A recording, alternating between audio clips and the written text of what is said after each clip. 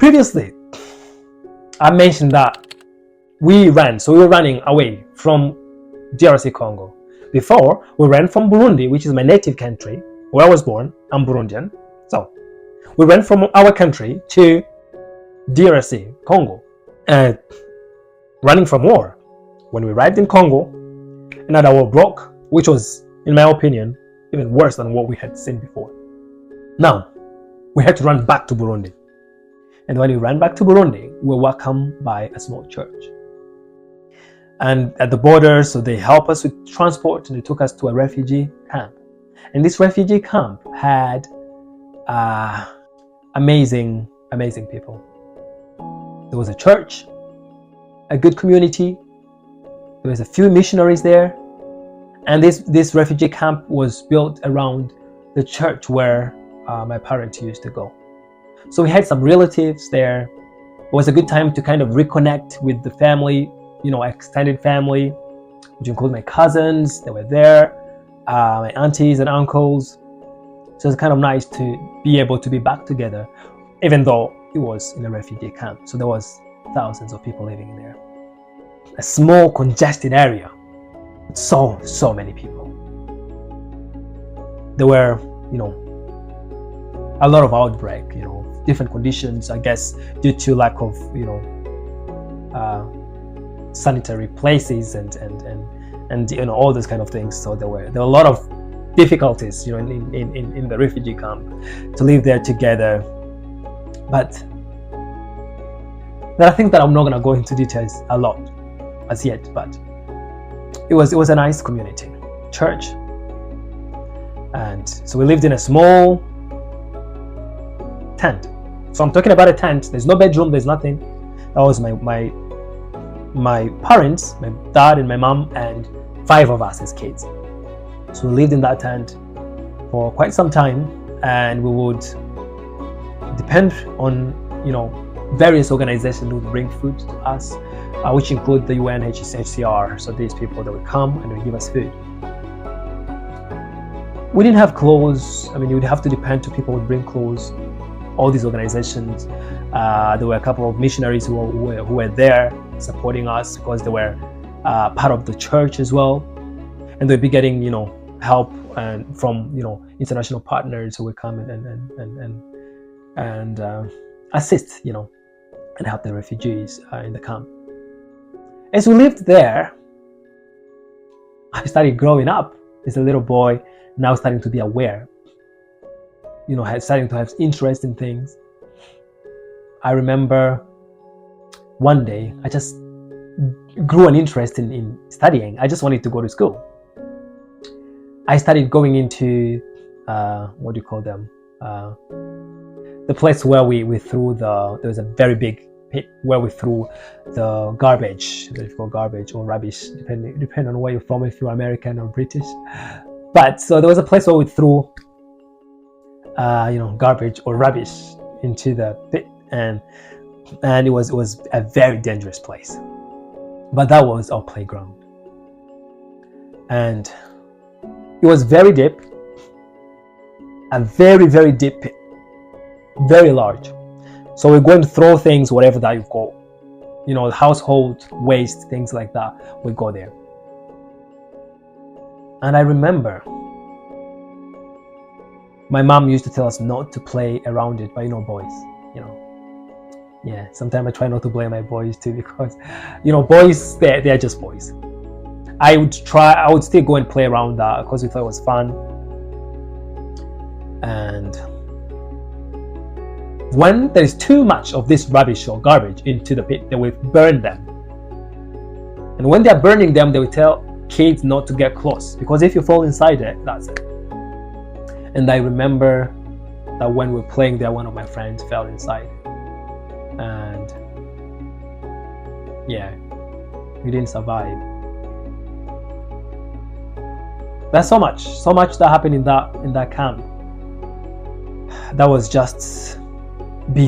extreme poverty. In terms of sanitary, in terms of toilets, all these things were like really, really bad. So I started growing interest about school. And what did I do? I started going into those area where they threw garbage and rubbish, and I would look for pieces of paper with things written on them. And then I would take that piece of paper at home, and I will ask my dad to borrow his pen, and I start going through them. So that was my preschool. So I would go through them and copy everything. I didn't know how to write, I didn't know how to read, but that was my first step. I would just go, I was just interested in what is this, that, the books, how do you put these things together?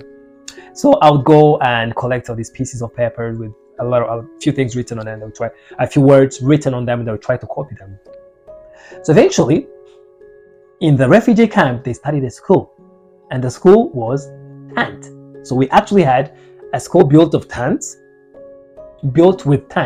and inside we had we would sit on stones, and eventually later on they built branches. They would bring branches of trees, put them together, and we sit on them like logs of trees, and we sit there and study.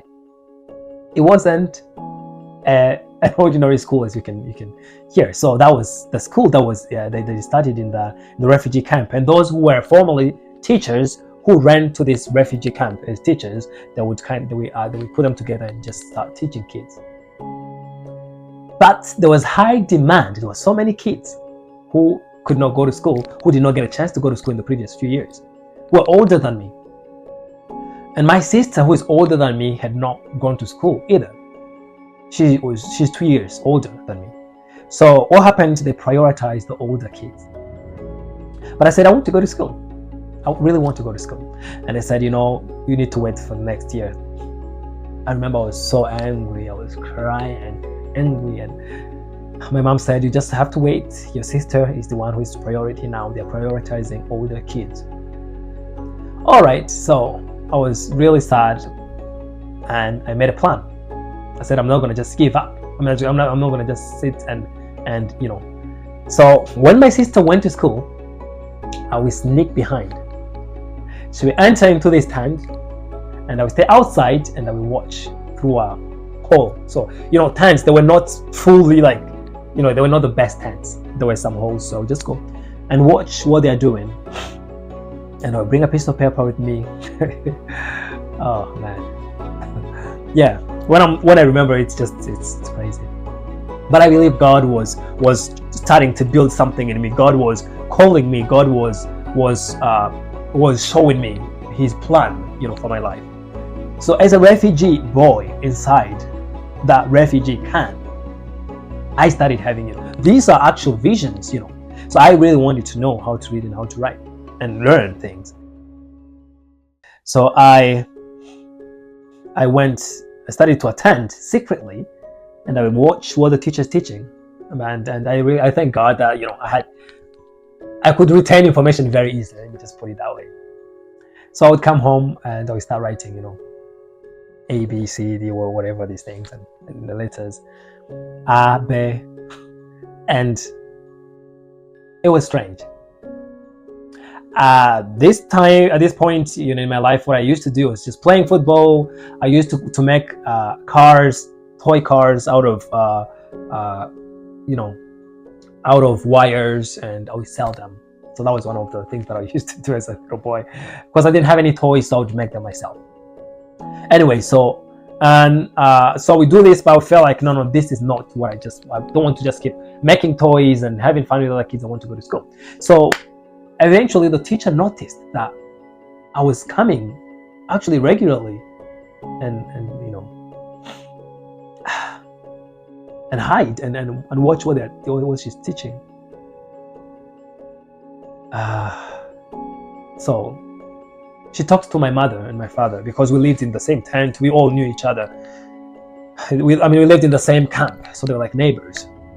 The teacher talked to my father and my mother. Said, this makes me a bit, emotional, just to see what God can do. So they told them. My teacher told them. I told my parents, we will let him come in. I don't think it's fair to let him just stay outside. Yeah.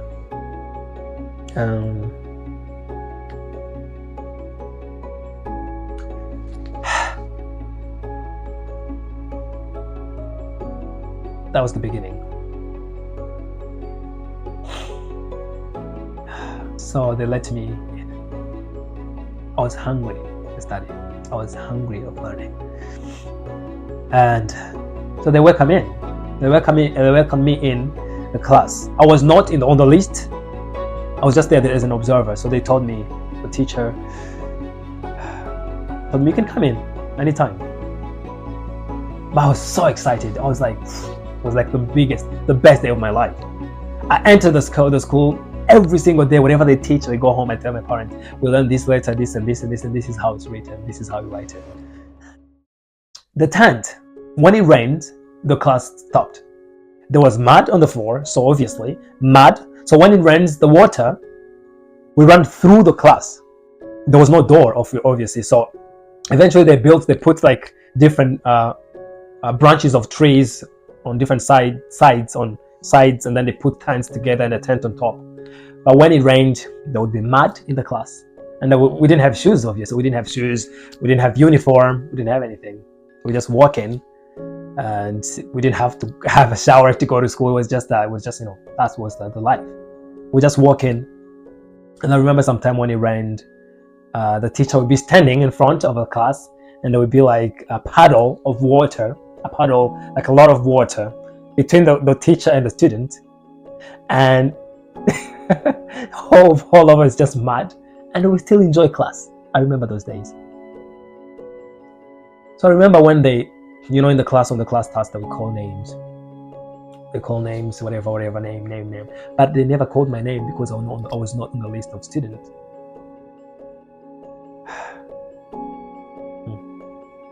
But for me, that didn't matter. I didn't care. So we stayed there, and I studied, and I loved it. Before the end of primary one, so that was primary one. In the second term, the teacher asked the headmaster to put me on the list.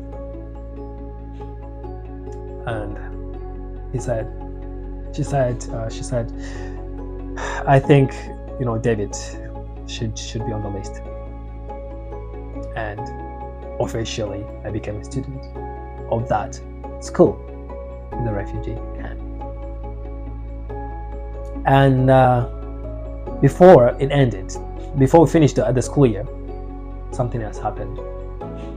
Something happened that again changed everything. An event that occurred that changed everything.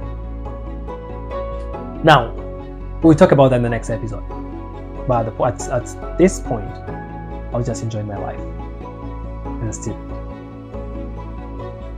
We'll see in the next video where I'll be talking about this event that happened and that changed everything again. So now I'm getting towards the end of primary one, and we had to leave the refugee camp. At this point, there was not a lot of support. So we're starting to ask, people to get out of the refugee camp and try to get on with their lives. The area where my house was before the war started, it was like a jungle. In fact, no one was allowed to enter that area. It was still a red zone. Everything had been destroyed. Everything, trees had grown. It was just like a jungle. Monkeys and all kind of animals living in there. So this was a few years later. So when we returned, so now we lived in this refugee camp. I'm in a primary one. The war is still ongoing in the country, but there's not enough support for the refugees. So we need to get out. So my family and all of us, we moved to an area, the closest area that we could live in, so that I could continue going to school, because so the school was in the refugee camp. Now we are getting out of the refugee camp. I could not go to any other school, so I had to find ways to continue going to school. I wanted to mention that during my time as a child, there were so many children who were 15, 16, 17, 18 years old who didn't know how to read how to write who did not get a chance to go to school. Lots of them. So myself growing up, most of the time I would be the youngest of the class. So as a primary one child, even though I was the youngest, I didn't want to quit school. I wanted to continue. So we went and lived somewhere which was over an hour walk from the refugee camp. So we decided, so at this point they brought a rule that children should come to school with uniform. Those who were still in the camp, in the refugee camp, they were provided with uniforms, but we didn't get any. So I needed uniform to go to school, and my parents didn't have anything. So I will come on that later, just in a minute. So we lived in over an hour walk journey. So when we moved there, I continued going to school. As a primary one child, think about it. I would walk over an hour, between an hour and an hour and a half, 60 to 90 minutes of walk, going to school and coming back home. On my way, there was no houses. At one point, there was nothing on the road. It's just myself and my sister. We walk and walk and walk. Just think about a primary one child walking every single day for an hour and a half on the road. I don't know how. I just wanted to go to school. So I started walking. I remember every single day we arrived home when it was dark. And in the morning, we wake up and walk again back to school.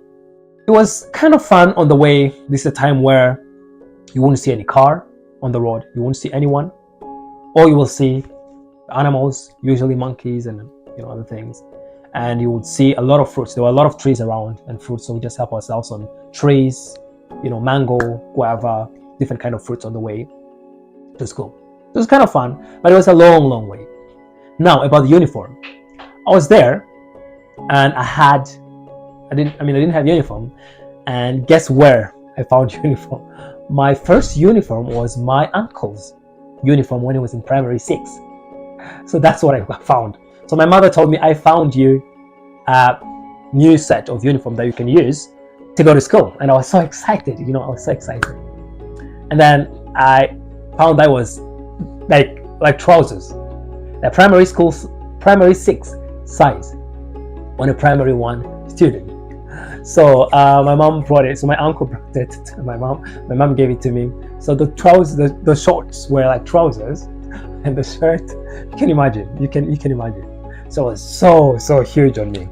But at the time I didn't even notice that. I was just so excited. My mom did a pin, on the waist so that it can fit me properly. A pin on the waist of the shorts, or should I call them trousers? And because it was a long journey, so they got us some shoes, and we just walk every single day. Then we found out that there were 2 other children who lived in the same area with us, and there was a new teacher who was a teacher at our school, the refugee camp. So this teacher took the responsibility of taking her 2 children and myself and my sister together back to school and from school. So that was reassuring for my parents to know that there's an adult who actually walk with us to school. Yeah, so that was my life. That was a big change for me. I don't know how today, thinking about it, I cannot comprehend it. So we studied in that school until finish a year, primary 1, and then we found another school that was closer to where we lived. And my mother went there, and the teacher, who was the teacher towards our former school, so at the camp, at the refugee camp, the teacher who used to walk us to school and bring us back home, she played a huge role in securing a place for myself and my sister to be able to go to that other school that was closer. So now we would walk roughly about 45 minutes instead of walking about an hour and a half. So it was about 45 minutes, and that was good. So I went to that school, primary 2 now, primary 3, primary 4. Growing up during that time, war was normal. Hearing gunshots was just like hearing someone talking to you. But there was one code that every child knew. When you hear gunshots, you run home. When you hear gunshots, you run home. And I'm not talking about walk home, run home. So wherever I am, if I hear some gunshots, I'll just run. Make sure that I'm with my parents. Because if you take too long, maybe when you arrive home, there won't be anybody. Everyone would be gone. So you need to be there on time, so that if you have to leave, so you will leave as a family. So I remember going to school in the morning, but just knowing that, if I hear anything, my mom would always say, if you hear anything, come back home. If you hear anything, run back home. And it was just a different lifestyle.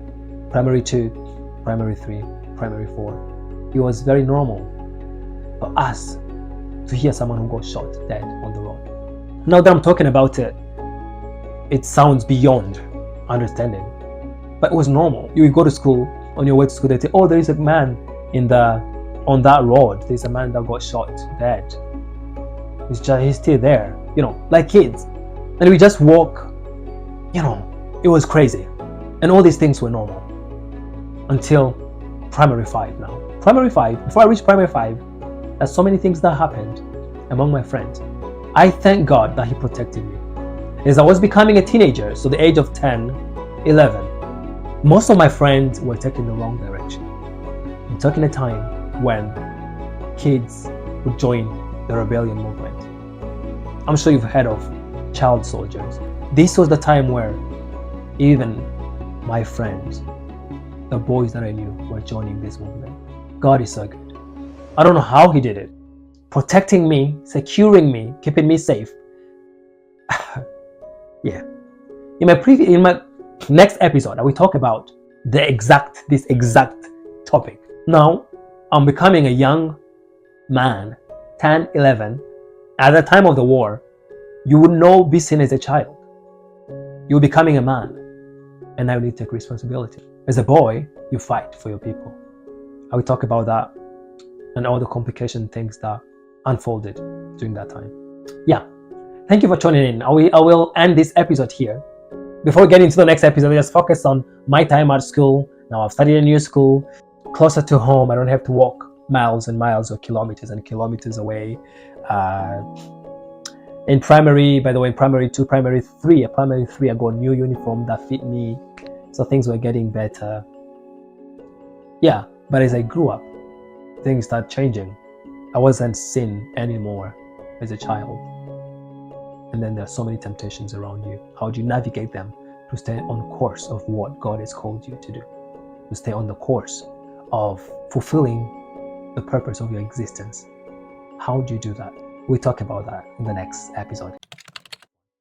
Previously, we talked about a lot of challenges that I had growing up in a war zone, surviving wars in 3 different countries and living as a refugee in 3 different countries, including my own country, Burundi, and how I lived in different refugee camps. And previously I talked about the refugee camp that we lived in when we returned back to Burundi during the Civil War.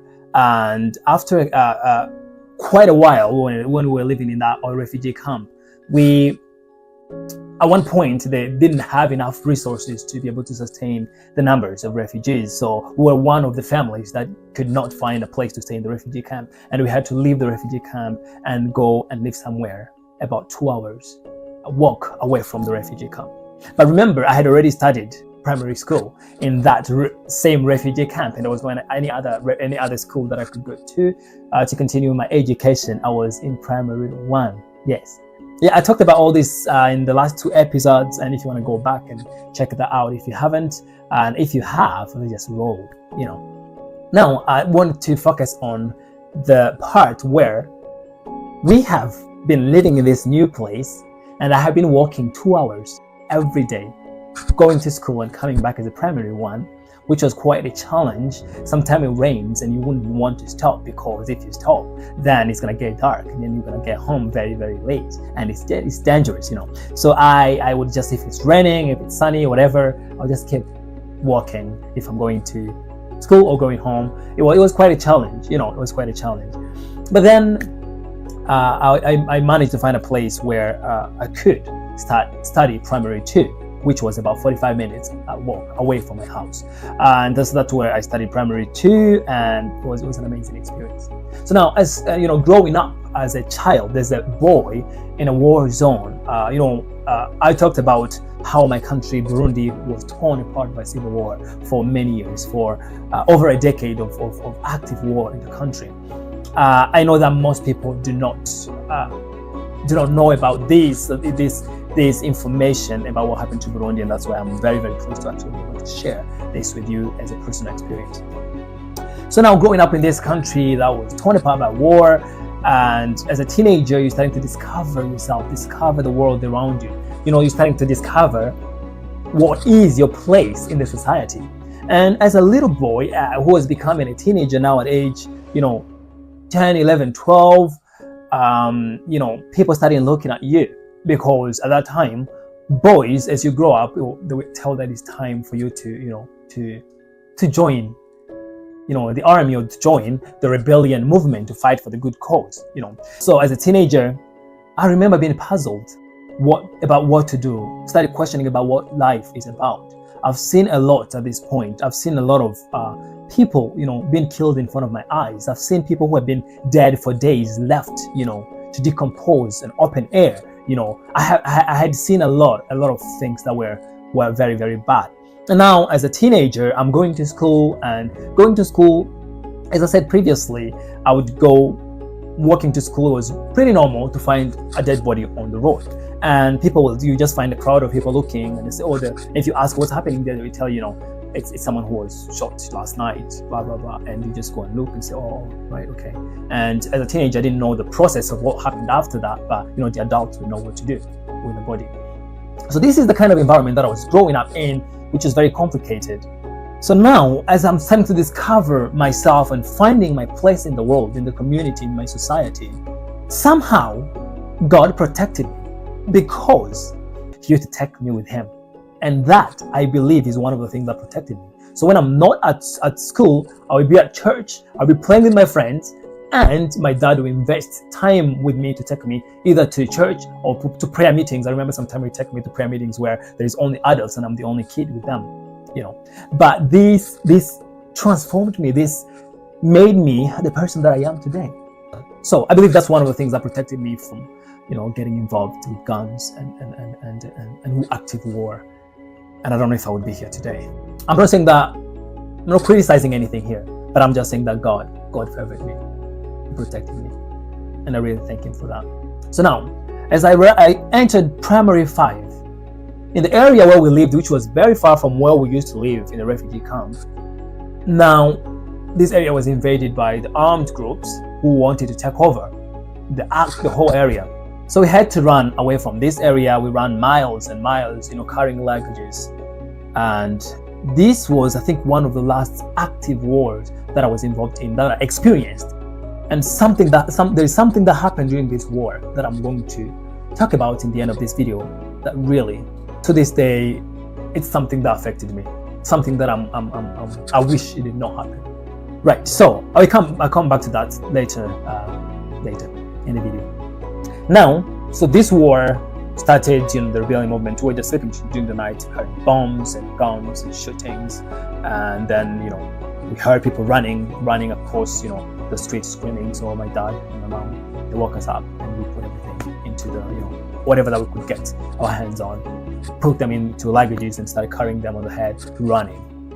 So we ran into the place where we used to live, as where the refugee camp was. So that's where we went back. We stayed there for quite some time. But now I was away from my school, and my school is one of the places that was bombed. It was destroyed really bad. Luckily, there was no any children in the classrooms. So now I just started to think, I need to go to school, and I joined one of the, the refugee camp school that was started is actually continued. So I went back to that school, and there was a lot of teachers who remembered me, and they welcomed me. So I went there for a couple of months. But then after that, the situation got better at my school, my old school. So I went back there as a primary 5 student. But now we couldn't go to live in that area where the school was. So remember, we are moving back to where we used to live as the refugees. And now I have to attend a school that is where we had moved, which is about 2 hours walk away. So now I started the journey that I used to do when I was a primary 1 student. Now I'm in primary 5, so I had to do the same now, going in the opposite direction. So I went to this school, I loved it though. I loved my teachers. I had a really good experience there. I remember when we went there, everything was destroyed. The walls of the school was, there were lots of holes of bullets, and one part was bombed, so there was a part that was destroyed. But we just went in there and studying. And I remember at one point that the school received funds and they were able to reconstruct the school. So I remember walking there, so primary 5 and primary 6. I would walk there, I would carry my copybooks and my school material in a plastic bag, because usually it used to rain. So when it rains, I'll know that my copybooks are protected, but I would just keep pointing on, I'll keep running. If I'm going to school, I'm coming back to school and it's raining, because sometimes it takes a long time, and when it rains, it rains for hours. And I would just protect my copybooks with the plastic bag. It was amazing, it was good.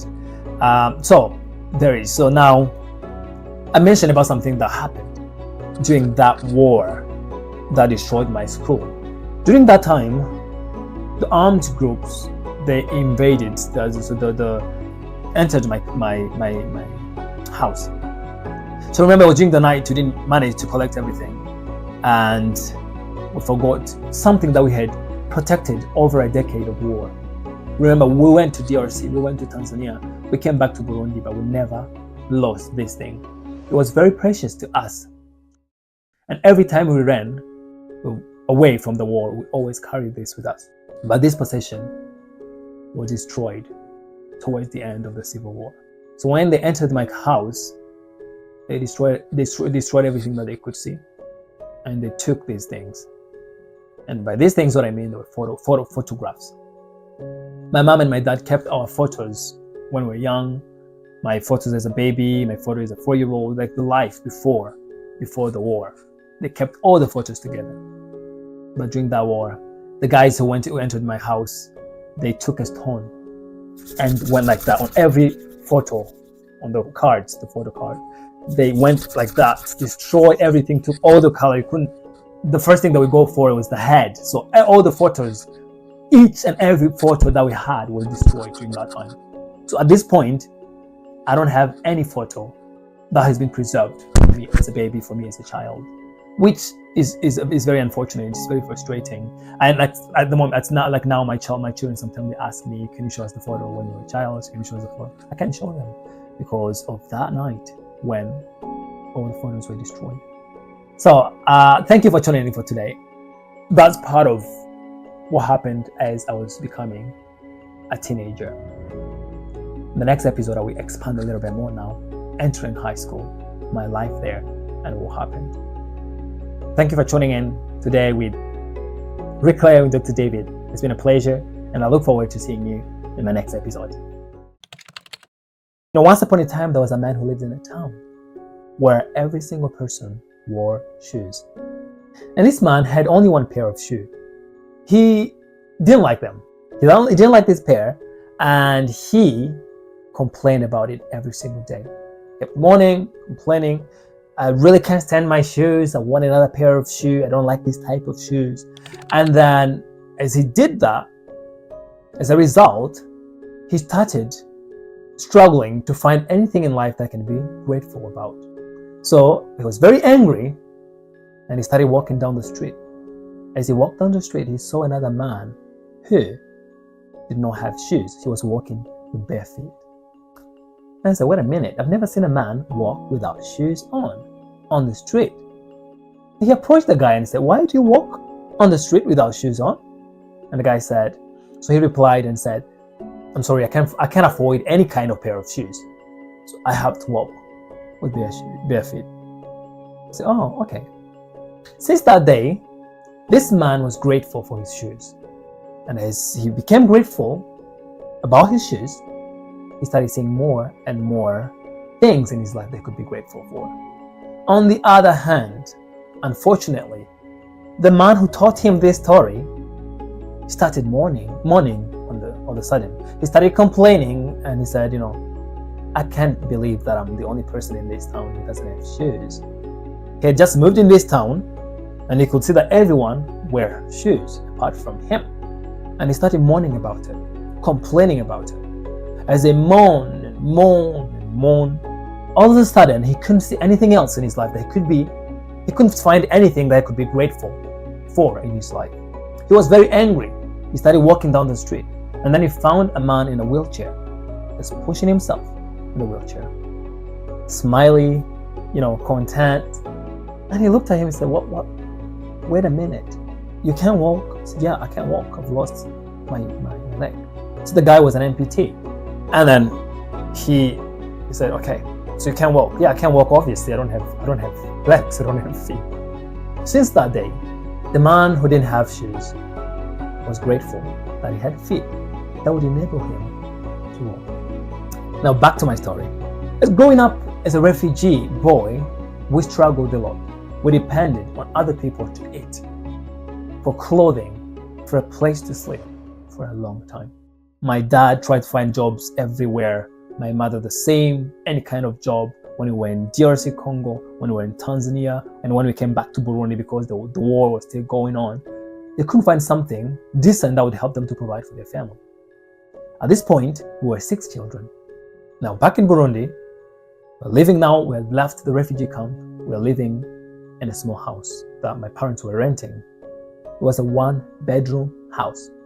6 children, 1-bedroom house. The bedroom, so it was for my parents, and all the 6 children, we slept in the living room. When I talk about living room, I'm not talking about, it was a very small room. A very small room, maybe 2 to 3 meters on each side. A very small room.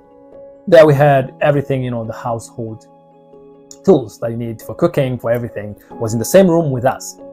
After that, we moved in another small house. Again, 1-bedroom house. This house, the floor was mud. There was no any concrete on the floor. And we slept on a mat that was made of grass. It wasn't plastic, it was made of grass. As you know, when the mud starts becoming more humid, the mud starts sticking on the floor, on the ground. But every morning we would have to roll the mat and put it in the corner and get ready for school. But as we did this, you will see the mat falling apart. And I remember one point we couldn't even afford a mat that we can sleep on as children. It was tough. So once it's starting to decompose and falling apart, it starts creating different kind of bugs. So all these bugs that like moist, they like, decomposing things. So as we sleep, we'll be bitten by all sorts of bugs. And you wake up in the morning covered with blood. I'm not gonna go through all the names of the bugs, but it was really bad. So you go to sleep, you are being bitten all night. In the morning, we try to sweep the room and try to make sure that everything is okay. And then a couple of days later, more bugs. I'm not talking about mosquitoes, other kind of bugs. Yeah, so it was very tough. Now we also would have a mosquito net to protect us from, there's a lot of malaria and things back in my country, in Burundi. So we would go to sleep, and sometimes one side of the mosquito net would come up and the mosquitoes would come in and they start singing, which can be very annoying. The mosquito will be singing and sucking all your blood and biting you and singing the whole night. In the morning, I'll get ready, go to school. Now, here is the reason why I talked about the story. When I studied high school, I went to study in a more affluent area because I had done well with my national tests that we do in my country when we finish at the end of primary school. We do a national test. I done pretty well. I got a good score, so it gave me a place in one of the more affluent area. So when I went there, my mother prepared me. I remember she was saying, you need to know how to, to conduct yourself. These people are like this or like that. A lot of things. There were also division in my country. There was so much going on. And most of the kids that I was studying with, they were from rich families. And remember, I'm coming from a 1-bedroom house. 1-bedroom house. I'm sleeping on the floor. I'm being bitten by bugs in the morning. It's very difficult to get breakfast before you go to school. And I'm going to study with people who maybe are dropped off by car. It was a different area. I mean, my country was torn apart by the war, poverty, extreme poverty, but they were still, a high class, people who still had, means, So, and I was there, it was a bit difficult, but I tried to maintain myself, One thing that helped me was faith in God. When we believe in God, we know that we are not ordinary people. We are children of God. And despite of what could be happening around us, poverty, lack, these cannot change who we are. We are still children of God. And when we stick to that reality of identity, not possession, remember, what is important is not what you do or what you have, is who you are. That's where everything starts. If there is healing, if there is victory, it always starts not with what you have, or what you do. It always starts with who you are.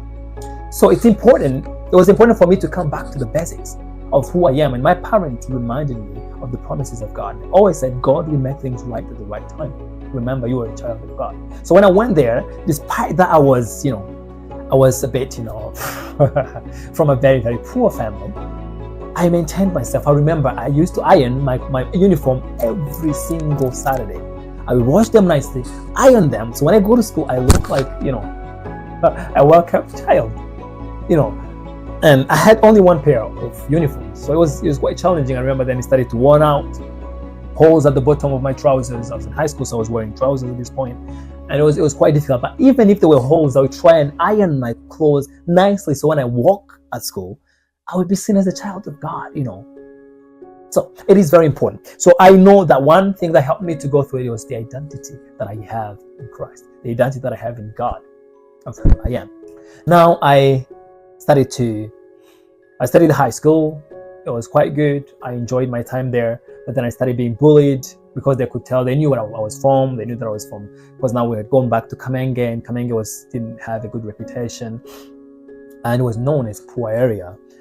And it was very difficult when they would bring these topics up and say that, even if you are Burundian, you are not really a Burundian, you are a low-class citizen, you are this, you are that. And that used to irritate me a lot. And I remember one day I was involved in a fight. I was one of the kind kids, that's not just my words, my friends, my teachers, they would testify on this. I was a really good kid. I loved music, I loved entertaining people, but also I was not a naughty child. But then one day, this boy kept going on and on and on and telling me that I'm nothing, that I'm, low-class citizen, insulting me in so many ways. So then it was the middle of the class, and I remember starting fighting with him, and things went really on the other direction. But in the end, everyone was speaking for me. They were saying, he's the one who has been, aggressive and he's been insulting him and provoking him. They said David has never been like this. We've never seen him involved in fights. But I fought with this guy, and then since then, I earned my respect. I'm not advocating for fighting, but I think at one point you have to stand up for yourself. You have to stand up for yourself. And that's what I did in high school. So I enjoyed my time in high school. It was wonderful. It was good. But coming back to poverty, I remember one point that we struggled with food. My parents worked really hard to provide for the family, but I really wanted some meat. I remember asking my mom, can we have meat? Can we have meat? My mom would keep saying, we will have some meat soon, next week. Well, and then at one point, I remember that she was quite she had had enough. So she had to think about something. And that's where I respect mothers. I respect mothers. My mom came up with an idea. She went and bought bones, guys, bones. And she cooked the bones, and she made a sauce out of the bones, made some ugali and some beans, some other vegetables. And she used the sauce of meat and bones inside it, and she brought it for us to eat. I have to say, it was one of my happy days. I didn't recognize this, but it's just that my mom wanted us to at least taste meat, because meat was very expensive. It's still expensive in the country, or maybe most places in the world. So I remember that, and my mom would make that sauce, and then we'd eat it. Yeah, so we lived. I remember going to school without eating. I remember starting a school year without anything, without enough material, and my parents would buy them gradually. So it was tough, but I learned to be grateful. I learned to be grateful for what I have, to know who I am in God, to know that at the right time, God will make things right. So you might be struggling with poverty and lack. You are lacking something. I just want to encourage you. God has made things right for me. I've done the education. I finished I'm a medical doctor.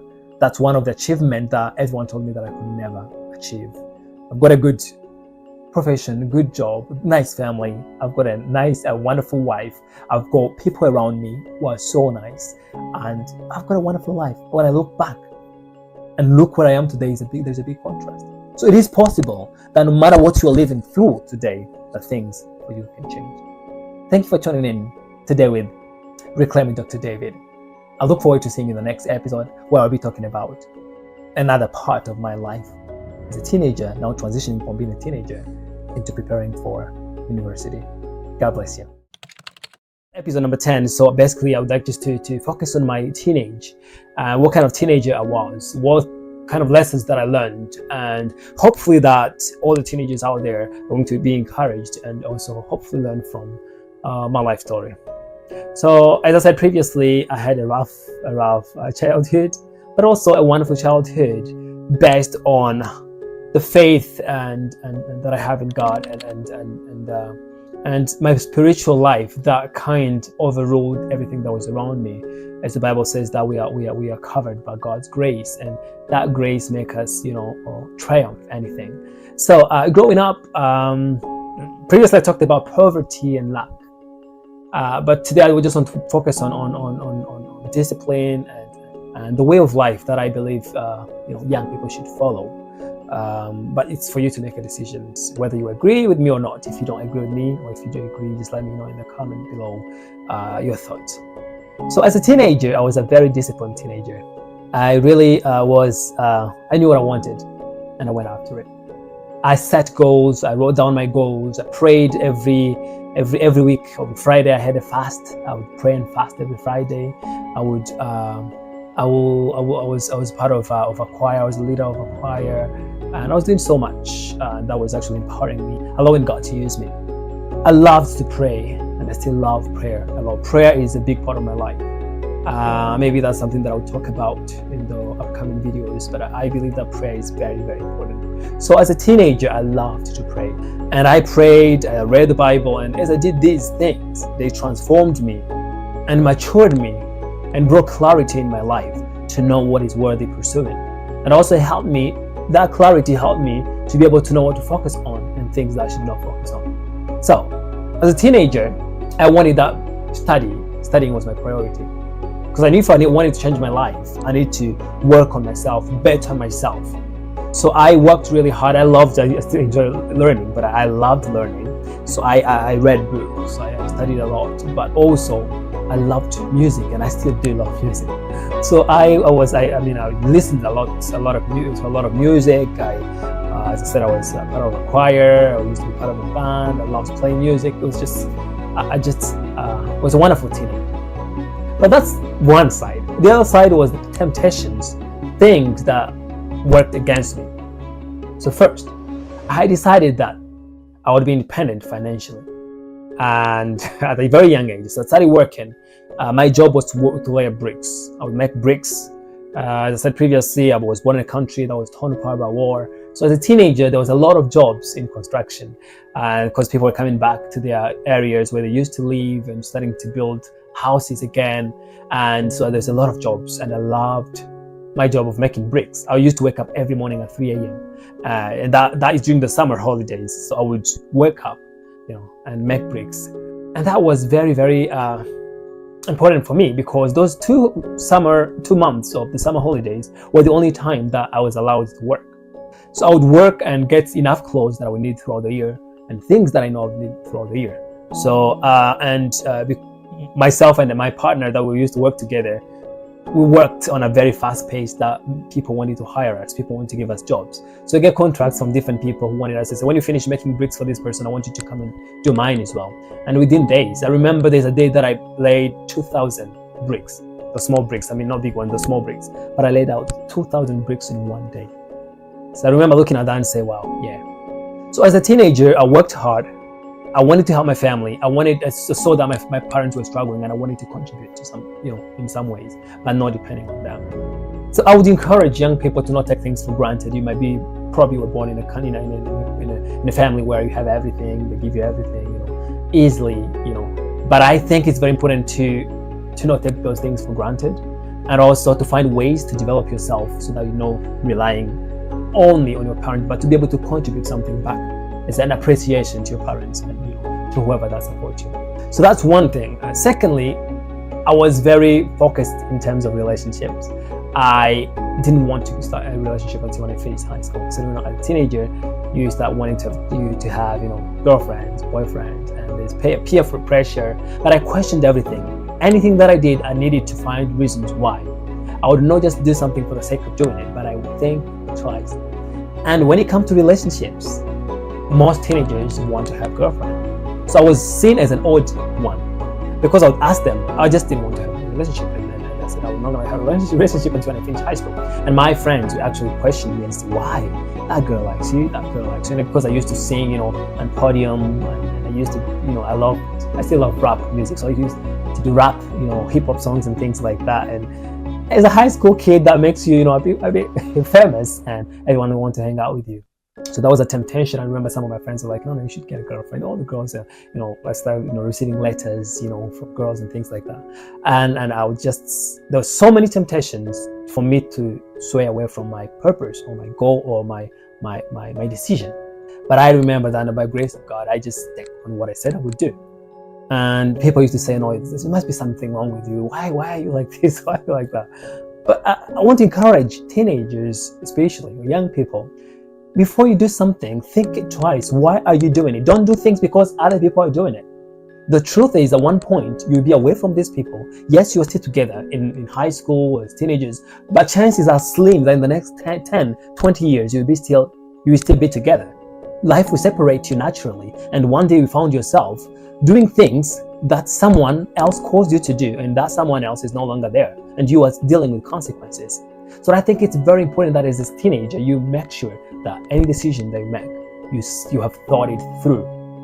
And I also believe, as I said, by reading the Bible, by praying, by allowing the Spirit of God to guide me, I developed maturity and discernment that I would know this is the right thing, this is the wrong thing, and I would find courage to do it, regardless of whether if others are supporting me or not. So yeah, relationships. So I stayed firm until when I finished high school. So when I went into university, then I went into a relationship. But these are things that I'll discuss in the future. Let me go there. But you know what I mean. Make sure that you don't do things because they're pressurizing. Pressurizing you. One thing that I used to ask my friends is, if you want to go into a relationship, instead of asking me am I into a relationship, why don't you tell me why you are in a relationship? Because when I question them, they will struggle to give me tangible answers. Why are you in a relationship now? Because a relationship has a purpose. If you are in a relationship with someone, it shouldn't be just to go around and do things. For me, every relationship has a purpose. I don't want to go into deeper, but let's leave that for the next video. But question everything. Make sure that you have enough tangible reasons that make that back your decision. So the other thing that I saw as a teenager that was quite interesting is before I started working, I talked about poverty previously. My father, so I didn't have shoes. I talked about a story about the guy with shoes in the previous video, but so I didn't have shoes, and then my dad went and bought some shoes. By the way, quite interesting, an interesting pair of shoes. So my dad went at the shop and looked at a pair of shoes, and they were trainers. And he looked at them. They were very, very cheap, but they were very strong shoes. And the front, they looked alike, but the back of the back of the foot, they were different. So if you don't look carefully, you think that they are a pair. But the truth was that they were taken from different pairs and put them together, the left foot and the right foot. So, but they were very, very cheap. So I remember my dad bought them for me, and he went and they transformed them a little bit, in the back to look a little bit similar. And I remember that I used to wear these shoes to go to high school, and at the start I didn't see that they were actually different, but it was a kind of a style for me. So I went and my friend used to look at me and like, those shoes don't look quite the same. And I'd be like, guys, just chill, And but at the one point I started pulling my trousers down to cover the top of the trainers, because that's what showed the difference. And I would just wear them to go to school.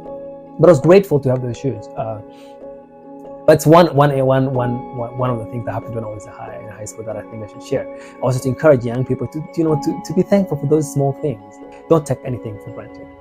Now, as a teenager, I started to get interested in philosophy and questioning things about life, about truth, about what is right, what is wrong. And I remember by the end of high school, I spent a whole year researching. As a teenager, I was researching what the meaning of the truth. I was like, what is the truth? And I used to even question what teachers were teaching us. Like, what tells me that what the teacher's teaching me is the truth? We were learning about theorems, different theories, in physics and mathematics. And I was like, this came from someone. What if they were wrong? What if we are just learning things that are totally wrong? And I remember that time that I was a bit actually troubled by these questions. And towards the end of the year, I talked to my dad, I talked to my pastor, talked to another guy who was like my mentor. And I was like, I want you to tell me that they struggled actually to answer this question until one of them came up with an answer that helped me a lot. He read from the Gospel of John and he said, Jesus, when he says, I am the way, the truth, and the life. And he said, the truth is Jesus, and the truth is the Word of God. So anything that aligns with what God says, then it's true. Anything that is against or outside what God says, then it's wrong. That kind of helped me. What I'm trying to say here is, I want to encourage teenagers to think, to not just follow the crowd, to think things through. If you have questions, find the right people. Surround yourself with the right people, mentors. Read books that would help you to get answers, especially the Bible. Read the Bible every single day. It will transform you, I promise you, it will transform you. I was very fortunate to be around these people who were there to help me, to give me answers, also to guide me into what kind of books I should read and so on. So to finish this episode, I just want to kind of say that it is okay where you are. It is okay what you're going through doesn't determine who you are. What people say about you is just their opinion. It's not who you are. And that you should stick to seeking your own truth, seeking for the truth. And the truth is the Word of God. Whatever God says you are, that is who you are. The circumstances around you could say otherwise. The people around you could say otherwise. Your friends, your family could say otherwise. But whatever God says you are, that is who you are. And He says that you are loved. He said that you are strong. He said that you are wonderfully made. He said that you have success built in you. You came here for a purpose. You are already a finished product. You are not here to please anyone. You are not here to fit in. You are here to stand out. Sometimes you may feel like you are not enough. Sometimes you may feel like you are lacking. But trust me, when God created you, He put everything in you. Your job is to get in you and get these things out. Nothing of your success is outside you. Nothing of your fulfillment is outside you. It's good to have possessions. It's good to have things around you, but nothing matters really. What matters is what is within you. And I want to encourage you to go and find that is within. And that is the only thing that can give you full fulfillment. And so when God created you, He created you with a purpose in you. And He gave you the Spirit of God to guide you, to give you strength when it's difficult, to give you strength when you're going through dark times. So embrace that. Follow your dreams. Follow your purpose. Try to find, if you don't know your purpose, try to find it. Pray, read the Bible. Listen to the voice of God that is talking through you and into you. You will listen. You will hear. If you listen, you will hear it. Right. So this is the end of my episode today. But I want to encourage you, and I hope that my story has encouraged you. And I just want to ask you. I want to urge you to take action. If there's anything that you feel like you want to change in your life, if there's anything that you want to improve in your life, if you are at the point that you are at the point of giving up, if you are at the point where you feel like you are the worst place, I just want you to ask you to reconsider whether maybe those who are the worst place than you, but who are still pointing on, who are still carrying on. So don't give up. So that's it. God bless you, and I hope to see you in the next video. Thank you so much for tuning in.